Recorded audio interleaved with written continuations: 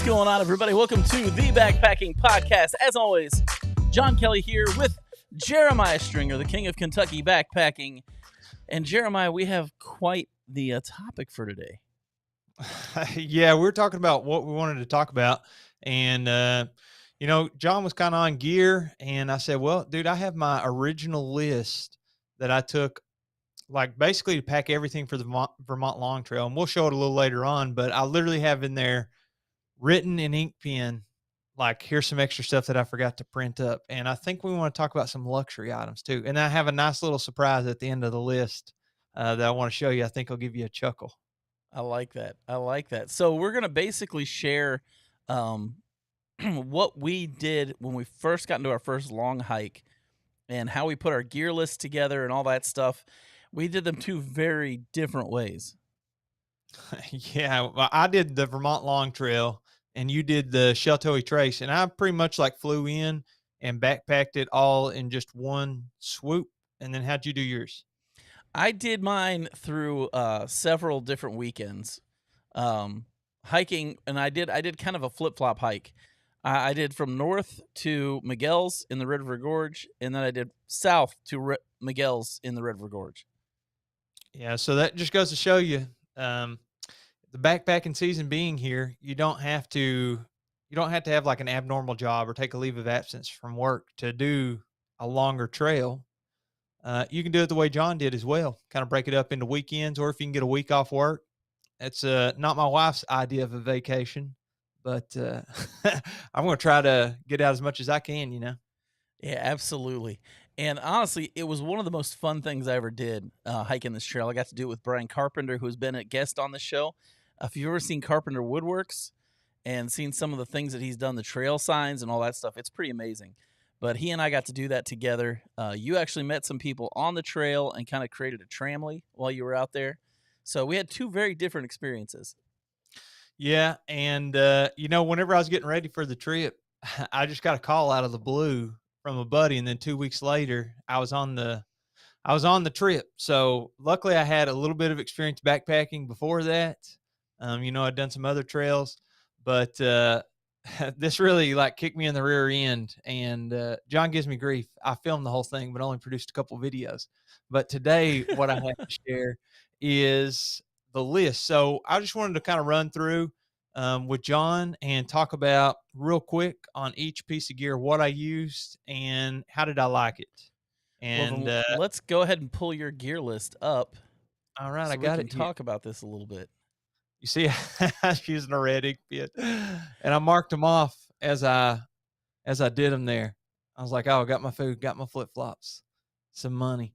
So first thing was permits, and I didn't need a single permit, and that's really the first thing you got to look at whenever you're deciding where you're going backpacking at. Is if a permit's required, are the dates available to even do it? Because I know, like, what's the gorge over in North Carolina? Oh, Linville Gorge. Linville Gorge, yeah. So I know if you don't have, they do like a kind of like a lottery system. So if you don't have the permits and you don't apply in time, you're not going to be able to go legally. My backpack, I used the Osprey Atmos 65 liter and performed great.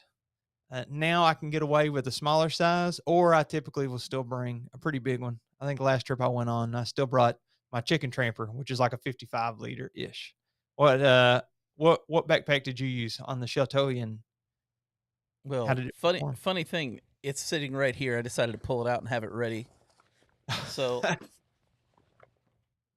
it's the ULA Ohm 2.0. I talked with a guy on the backpacking gear flea market on Facebook, and they were selling these. And at the time, you could only buy them in the nylon fabric. And it was about the time that X-Pack was starting to become more of a thing. And he said, hey, I can hook you up with a ULA backpack made with X-Pack. He goes, we don't offer this on our website or anything, but if you're wanting one, we can make this happen for you. And so I forked out the money and bought it, and it was fantastic. And it's still a great backpack. If I didn't have a YouTube channel, I probably wouldn't own any other backpacks, honestly. What size is that one? It's a 50 liter. Okay. Yeah, you was able to get away with a little smaller. than me on that long trail. But I think I got some cold temperatures. I really needed the extra space.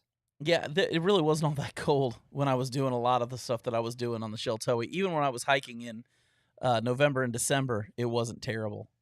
Right, right. So basically, my list also looks a little different than yours. Oh, As let's you can take a look. see, like I went all out and decided I was going to be that guy, who does a pie graph and then does all of his base weight in ounces, and then what is the total pounds. And the funny thing is, I put all this out there thinking I was so smart, but there's so much stuff that's actually not in this list, like the chair that I took with me for the whole trip, or the actual my med kit. My med kit's nowhere in this list. Um, Ground sheet, other stuff just never made it onto this list. So, and then I put for down jacket, I put 0, which obviously is wrong. So, We need remember to this was add, first attempt, right? First attempt.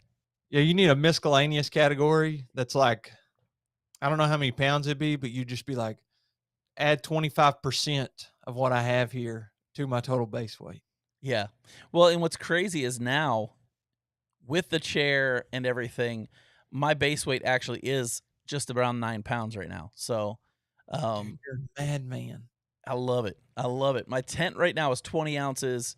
My backpack is 20 ounces. So, I mean, you're already looking at 2 pounds off right there just from that. But yeah, so this was my setup when I first got started. I still have the same top quilt that I used back when I started this whole thing. That top quilt was the Enlightened Equipment Revelation quilt, and I still use it all the time, and still have it as part of my gear until I can get a 20-degree quilt that's nicer than that one. That's going to continue to be the one I use. The quilts, man. See, that's another thing that you were able to get away with lighter weight than I was. Because I took a sleeping bag. I took the Nemo Disco 15 and I paired it with the Neo Air X Lite, the yellow, like ruffles, like crinkle bag whenever you roll around sound. Yep. So I paired those and they did great. But you talking about the quilt reminded me of something that I want to tell you that happened at the gorge. So we talked the last couple weeks.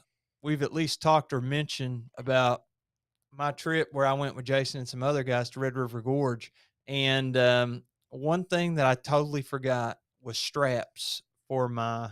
So I used a tent on this one. Typically, I use a hammock. So one night it got kind of cool. I forgot my straps, and I was wondering, do you use straps on your quilts? And depending on the time of year, you kind of get away from them. I don't use tents when the weather gets cold enough that I would need straps. I And stay how warmer cold? in a hammock. I just sleep warmer in a hammock. So I don't when the weather starts to get cold, it's all hammock all the time. I don't even give it a chance to get cold enough for me to use.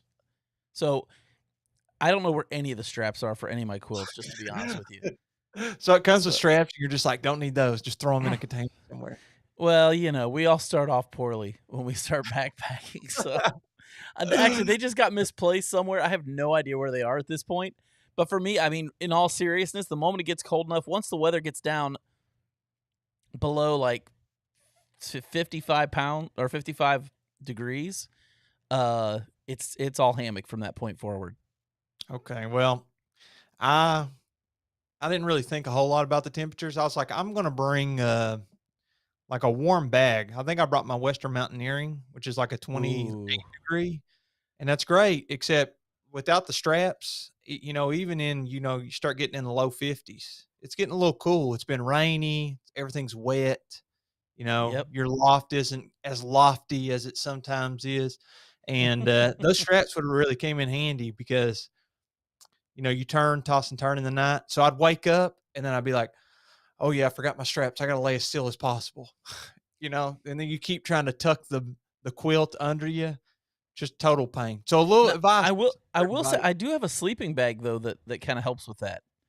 Oh, it's No, I you do know how good with you the sleeping bag. I don't get any drafts because you zip it all the way up. yeah, I do have a sleeping bag I can use if it's going to be a little cooler. Oh, But it's a zipperless sleeping bag. Is it the bivy? Is the Zen bivy thing? No, it's man, don't you hate it when you can't remember the name of a brand? Oh, wait, I remember you showed me this, and it's where you, like, tuck instead of zipping, it, like, tucks in, kinda like a shoulder, Yeah. I think. Yeah, it just tucks over you, and I'll be honest, man, it is my absolute favorite sleeping bag I've ever had for that reason, and it is warm. I mean, it is really, really warm. I'm just trying to remember what brand it was so I can look it up because I have no I'd love to show it on here because it's a really great sleeping bag. I'll see if REI carries it. But yeah, so I use that one when I'm gonna use a sleeping bag. Um, Let me typically, I ask prefer not to. let me ask you a question while you're looking that up.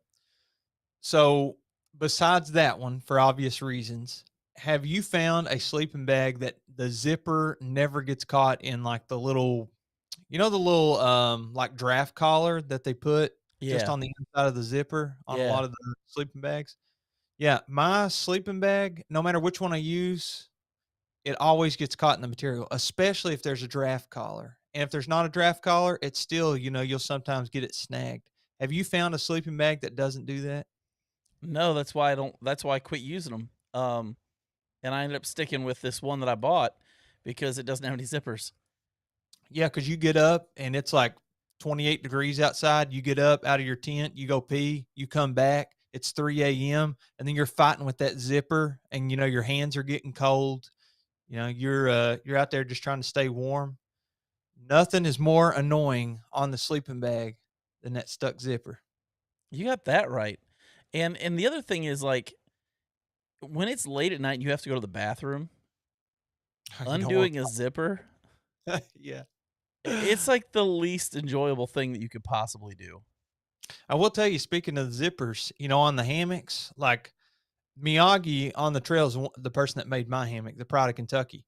And I'll typically take that one, and it has a zipper. It zips all the way around on both sides. Same to, like, I don't know, whatever the name of the piece is that closes the teeth on the zipper. So those meet back at a little pocket, and you can tuck the bug net away. I like them whenever it'll unzip on both sides, but both zippers to close it up have to meet in the middle. Have you seen that? Yes. That's I think that's the way Jason's is. I don't know about it could have been his old one, the one that he fell through whenever we were at the lake fishing that time. Yeah. Um, but I'm pretty sure, yeah, I'm pretty sure it's the one that he has now too. The zippers meet in the middle so that you always know where they're at. So if you wake up in the middle of the night, you throw that top quilt off of you, zippers in the middle, or it wouldn't be closed. Yeah. Well, here's that sleeping bag. I'm gonna pull this thing up for you real quick so you can Okay, see it. let's see it. The one I have is red. Um, this one's blue, but you can Sheer see what it design. looks like right here. So this is a 35-degree bag. I think mine's a 20. Um, but you can see what it looks like, and you can pick different sizes. Like if you want a long for someone like yourself or regular. And the weight's not terrible on it considering what it is. The weight's 24 ounces for the regular and 26 ounces for the larger one. You're So more of a warm sleeper. You think that it's a true 35 degree, or do you think it's this is going to be comfortable in the high 40s? I'll be honest, man. The one I had, let me see if I can find it. Um, it's very warm. It's very warm because I've never gotten cold in it. Let's just put it that way. Here we go. Here's the one I have. No, that's not the Is one I it- have. So I don't think they make the one that I have anymore. Maybe it's the Nightcap 20 or the Oh, so you got a warmer rating Yeah, I than the did get a warmer rating on mine, I believe. But you can see from the pictures on this thing though, like you can see how it works. It's interesting they do does it only have blue on there? Where This it says one does, yeah. But okay. now here's the thing I like. If you look on that picture, for people that are listening online, there's a place where you can stick your feet out the bottom if you get too hot. Oh, yeah. And because of the way this is made, you can actually pull this area of fabric that you pull over yourself. You can actually open that up to vent some more if it just is a little bit hot that night. Um, absolutely no zippers though. Yeah, that guy's leg was hanging off the mat. You got to be careful, man. Monster get you from under the bed. You think of that as a But kid, you watch scary movies, can't yeah, let your leg hang off. oh, you can't do that. But I don't know if you noticed this too. It also goes around the ends of your sleeping pad. Yeah, do you have to air your pad up inside that sleeve, or can you slide it on? I've just slid it on, and I've got a 25-inch wide pad. Okay, So so it should I've got fit. the I think it's Yours the Etherlight XT from is it Etherlight XT from Sea to Summit? And I've no also got a taper. couple Big Agnes pads, and it fits on every one of them. Does it fit on the ones that have no taper? That's all I have. I don't have the taper Okay, ones. okay. So You pay for the full the full pad. You don't pay I'm for not a part of. big taper kind of person. No, me So either. Like I said, can't let your feet hang off. yep. So what about your what did you sleep in? What was your tent on that Well, trip? some people may have heard this before, but Mr. Backpacking with Jason, sir, I asked him if I could borrow his duplex, regular duplex. This is before they changed the zipper. This was in like 2019, I guess. Right. And I set it up twice. I slept in it one night. I set it up the first night on trail and didn't sleep in it. And then I set it up the second night and did. And the rest of the time I was in the shelters. So I really carried that tent for no reason. But, I like it just in case of emergencies. But I will tell you, the clean ones, who is a couple of ladies that we met that were also backpacking the trail, they didn't bring a shelter whatsoever. So I guess if they, got lost or something, there was no let's just set up for the night. But I'm pretty sure this is also like their first backpacking experience. So maybe some questionable decisions. Not even a tarp. At least you had an ultralight tent with you though. That's true. I could have been carrying like the Palace or something, and you're adding four Yeah. I mean, you pounds. could have been carrying something like I was carrying, which is almost 3 pounds, you know? Oh, you had the doghouse, didn't you? Yeah, the thing sucked. The Oh, Big come on. Agnes Fly Creek, man, was not Don't hate, a huge fan of that one, man. Not a don't huge hate on fan. Big Agnes. Big Agnes makes awesome stuff, They do, just not the Fly except, Creek. except for the doghouse. That is well, you slept in it one night, you understand. Yeah, dude. My first through hike where I was doing the JMT in Tennessee / Kentucky area, I used a they're called tarp tents, Yeah. and it was just like a bivy that I slept in. Slept in it, I think every night but one. And dude, it was like your tent that you crawl in through the door, feet first and slide all the way down. Don't have any room. It was like that, except the walls were. I mean, the roof was like a lot closer to you. Well, Just yeah, enough room to stay dry. Hated it. that's bivvies, man. That's bivvies. Some people prefer them actually, which is interesting. So, Well, maybe now, that could be our poll for this next week. Do you use a bivvy? And if you do you like it? oh, I'll have to figure out how to word that to make the Yeah, and I don't poll. know how you make that a poll, but I think we should make that a poll. So yeah, the tarp tents for the lost, dude. The tents that you can buy now, I mean, tarp tents were, I think, fairly expensive as well, but or the bivvies or whatever. For what you can get now, you can get a full big tent. Now it could cost you a pretty penny, like $500 to $1,000, which is a shocker. But you can get something just as light as that tiny little compact, like bivvy style, for what, an extra few ounces. I mean, I'm going to Yeah. take the 2-person tent all day long. Yeah, same here. I don't like being, and it's weird because I like tents. Or I mean, I like hammocks, but I don't like being claustrophobic. I don't like feeling like I got all the stuff on me. But I Mm. think the way I set up my hammock, the hammock feels more like it's the bed I sleep in, but my tarp is the tent, so to speak. Yeah, once people can figure out how to sleep in a hammock, I feel like they're such a great option. But at first, you're trying to figure everything out, and then I feel like a lot of people just are like, "No, I mean, tent's easy, simple. If I go once or twice a year, I don't have to remember how to tie these knots and do all this rigging and all this stuff." Yeah. Well, and the thing is, if you do it right, it doesn't take a lot of work, but it takes a long time to get to where it's not a lot of work. Yeah, steep learning curve. Yeah. And honestly, I wish I would have known about hammocks when I did my first hike because I probably would have enjoyed having a hammock on that whole trip. Imagine the sleep. Oh, yeah, Oh, man. hammock time. But 10 I'll be hours. honest, I don't know what it was like for you when you were doing the long trail, but we were hiking almost 20 miles a day. So, I Yep. mean, at the end of the day, you're tired. I could sleep in a tent when I've done that many miles. Yeah, you can about sleep anywhere. I've slept on wood slats. Yeah. Yeah, I mean, Yeah. I had my Nemo tensor in the bottom of a tent, and I slept like a baby every single night when I was out on trail, and it was just because we hiked so many miles. You're just so tired at the end of the day. Sleeping's not necessarily all that difficult. Yeah, that hiker midnight comes early, don't it? Oh, man, not early enough sometimes. Makes you want to crawl in the bed. Let's look at a few more of the things on this gear list. All right, let's look at yours first. Okay. So I had fuel on there, but the thing about the fuel is if you're flying, you can't take fuel on the airplane. So I hadn't marked it off, and I left this list at home actually. I hadn't marked it off because, if you're flying, you got to buy it when you get there. So, Yep. um, my Patagonia beanie, man, I lost it in New Hampshire last year. Really? Yeah, when I was on that trip, when we were snowshoeing and all that. Pillow, dude, the last trip I was on, Jason said, "How many pillows did you bring on this trip?" I said, 3. They're all air up, but one of them is like padded too. The pillow I brought on this one was just a Trekology. That's what Thinking I back, used. That's what I used on my entire Sheltoe Trace was a Trekology pillow. that's rough on the neck, man. All I'm gonna Just say is it Trekology. smelled awful by the end of that hike. Well, mine did too, because most of the time it was between my legs, and I just used my puffy, as my pillow. Yeah. Well, and the thing is, after that trip, I kind of went away from the typical blow up pillows. I went to the Nemo Philo pillow for a long, long time, like for 2 or 3 years. And now I've circled back around. I'm using one of these little guys, the little Sea to Summit pillows.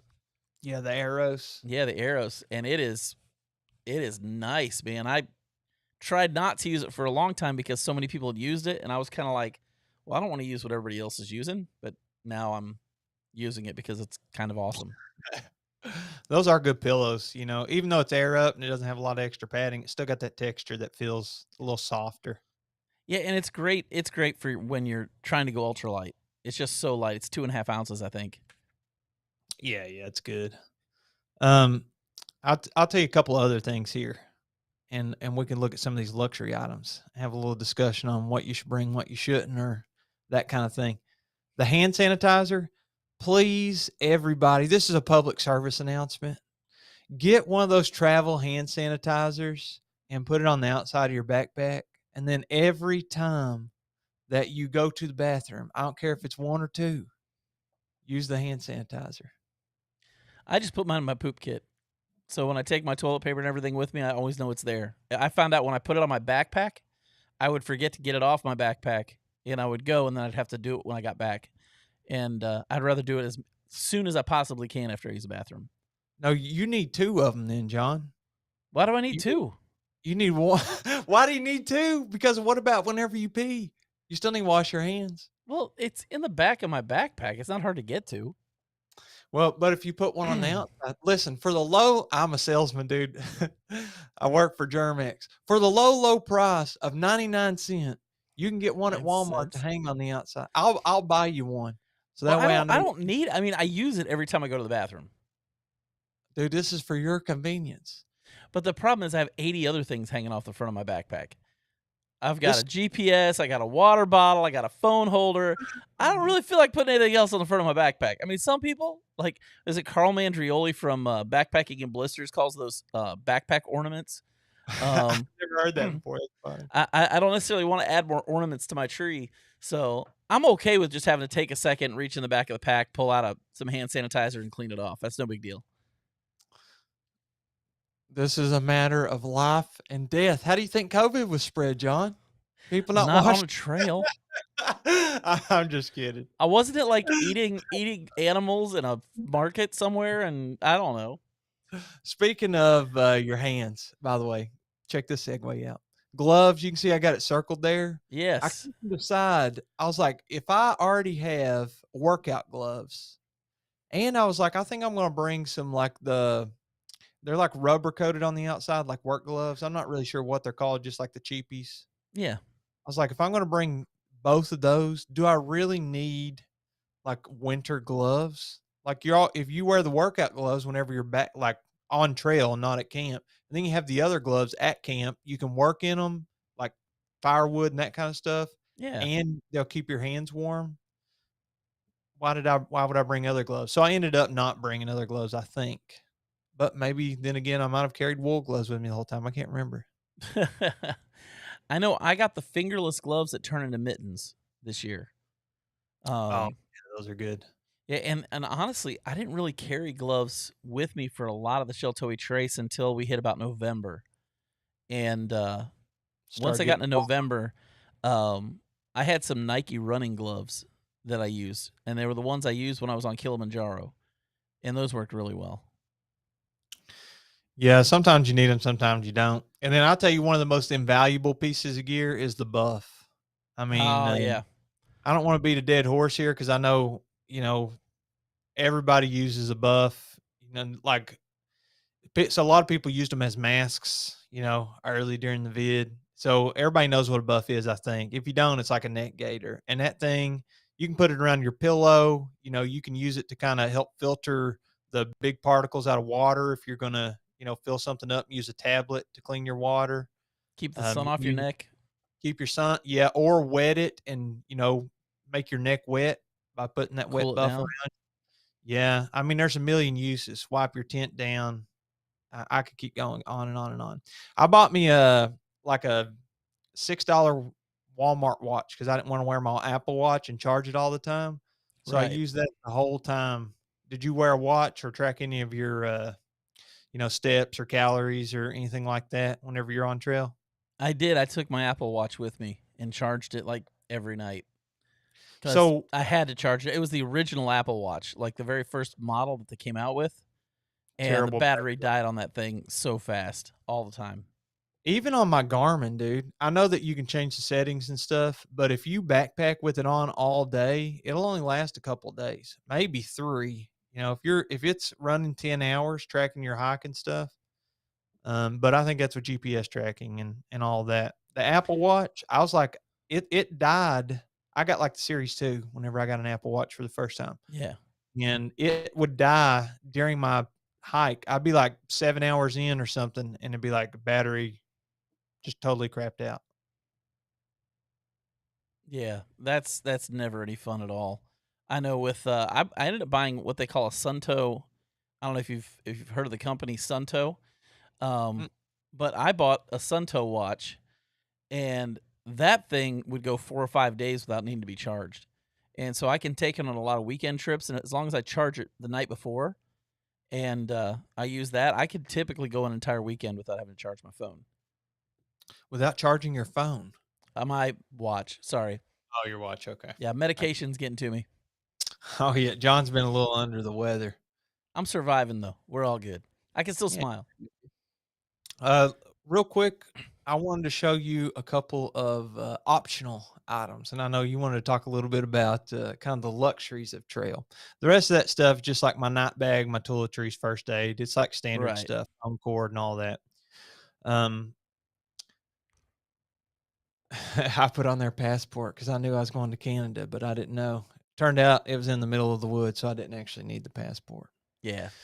So, comfort items. I put on there playing cards. Have you ever brought playing cards backpacking before? Never once. And I have, and I've never used them. Not one. I remember my wife, this was so sweet. She bought me a mini, like the miniature size, Yep. so that, I could take them with me and it wouldn't weigh as much. Yeah. Didn't take them out one time, Yep. not once. Deodorant. You bring deodorant on trail? Never. I started bringing it. Can't Did you? believe it. Yeah, I think it was because of the Camino. I was like, I got me a whole hygiene kit that unzips and everything. I was like, well, what's an extra 2 ounces for this deodorant? So Well, the thing is, there you could take a shower every night, I know, so you're not but going 2 or still, 3 days with no shower where the deodorant has no meaning anymore. yeah, it made me feel a little better on this last trip, though. Not gonna Hey, lie. man, you know what? If it makes you feel good, you just do that, okay?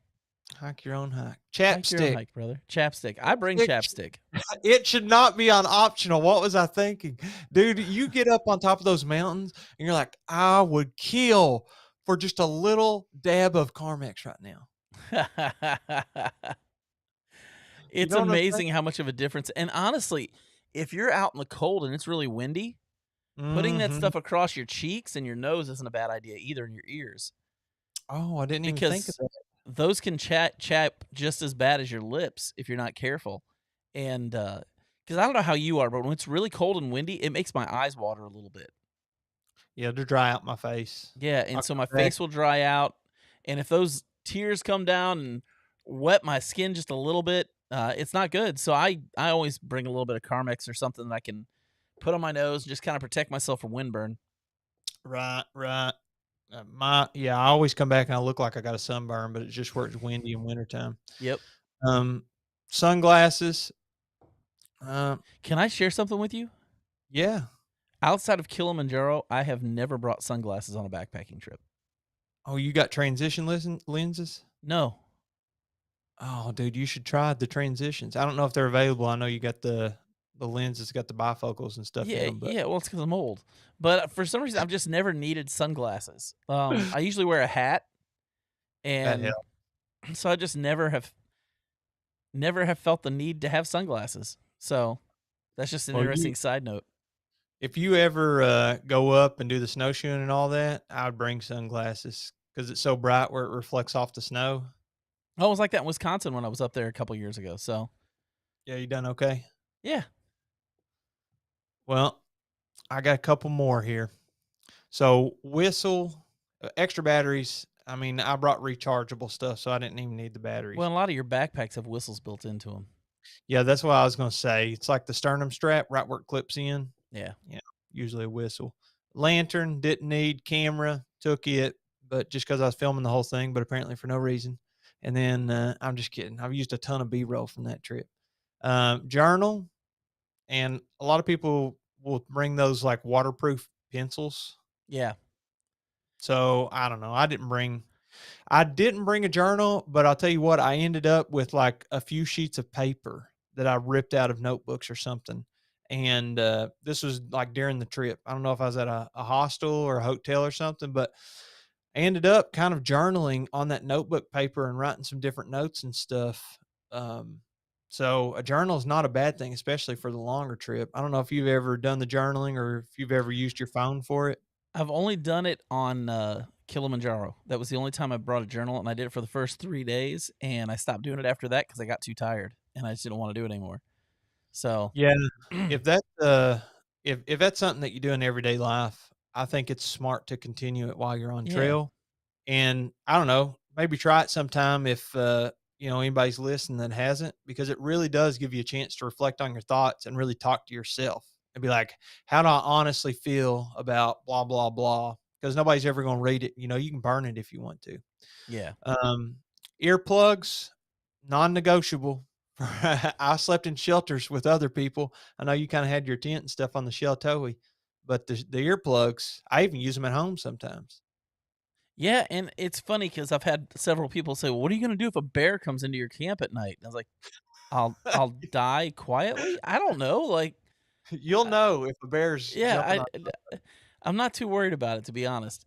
Here's the thing: I'm looking through the rest of your list, and you've got a quick dry towel, you got a bear spray, nylon cord for a clothesline, and a Bluetooth speaker, and then you've got Miyagi. He will come for you.